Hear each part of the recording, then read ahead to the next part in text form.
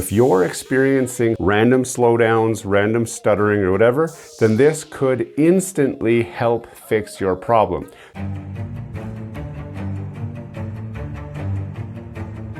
Hey, welcome back to GT Canada. I got a very quick tip for you PlayStation 5 owners.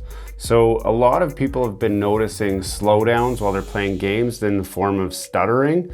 I personally have been noticing it when I play Cold War. I don't notice it so much when I'm playing Warzone, which is a PlayStation 4 title, but on Cold War, which is a PlayStation 5 title, I have been noticing stuttering, and it happens randomly at weird places, and I can't reproduce it on demand. It just happens.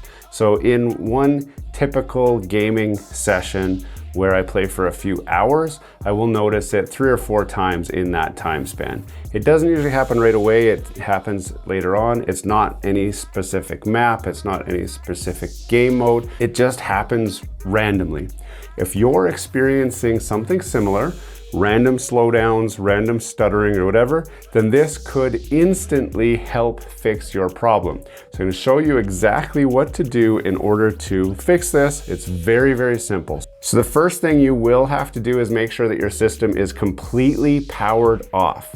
So to do that, to make sure it's fully powered off, you're going to want to go to the power settings and go to turn off PlayStation 5. Once you've clicked that, you've got to wait and wait and wait. What'll happen is the screen will go off and then the light on the PlayStation 5 will start to blink. You need to wait for it to stop blinking. If it's still blinking, it's not fully powered off yet.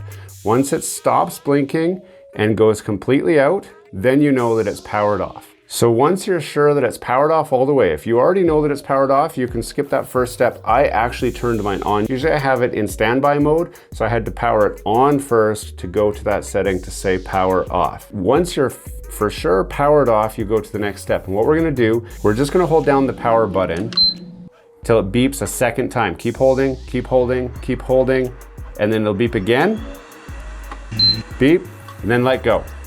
That's it. Now you will be entering the safe mode of the PlayStation 5. What you'll notice is it'll say connect the controller using the USB port. I have a USB-C to USB-C cable, as you can see here. So I'm plugging one end into the USB-C port on the front and the other end into my PlayStation 5 controller. Then you just press the PS button and wait for it to connect, and it'll pull up the next menu for you after it connects. So here you can see you've got your menu. So you've got the options: restart PS5, change video settings, update system software, restore to default, rebuild database, reset PS5, and reset PS5, installing a new system software. If you've had a PlayStation 3 or a PlayStation 4, this menu is not new to you. This same process exists for those systems as well. It's nice to see that Sony has kept that same software restore option in the background that everybody can access. It's not locked in some secret way. Most people know this button configuration. Everyone gets mad at me for the way I say button. So I'm gonna try and say it like, I don't know how you're supposed to say it or how you guys are used to saying it. So I'll say it button. Okay, so you press the same button combination and then that makes it pull up this menu. Once we've got this menu pulled up, we want to go to rebuild database and press X.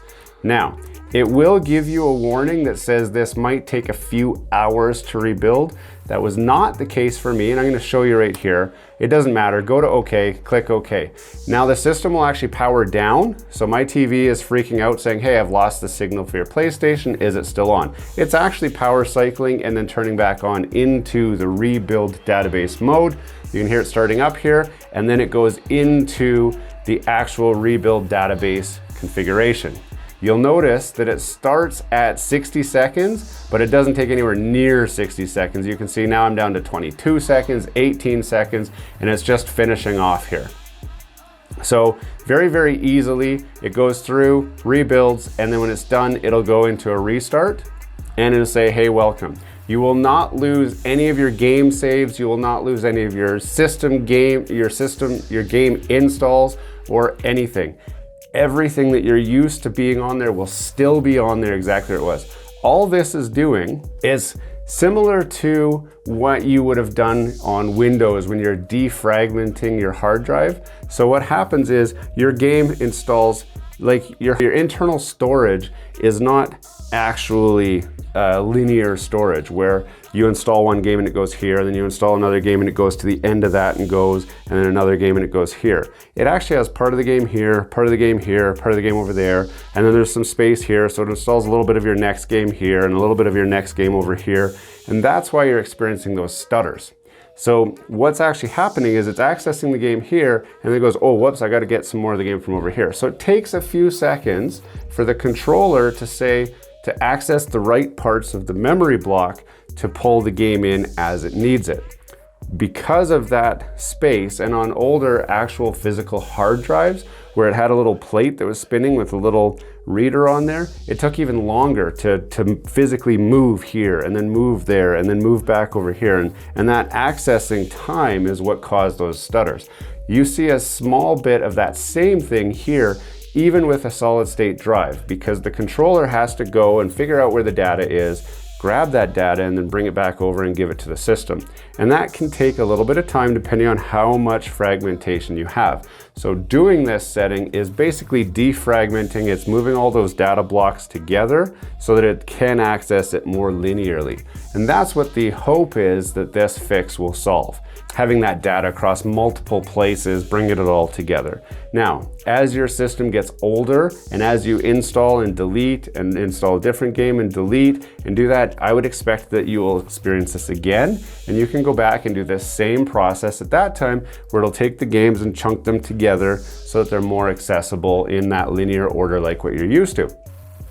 So again, this was just a really quick one. I hope you enjoyed it. Don't forget to check out my other videos. We got a bunch over here. We do have a lot of great content in the tech space, specifically PlayStation 5 and the Xbox space, but we do have a lot of great videos in the automotive space as well. I'd love for you to give those a chance and check those out as well. Don't forget to subscribe below, but until next time, have a great day.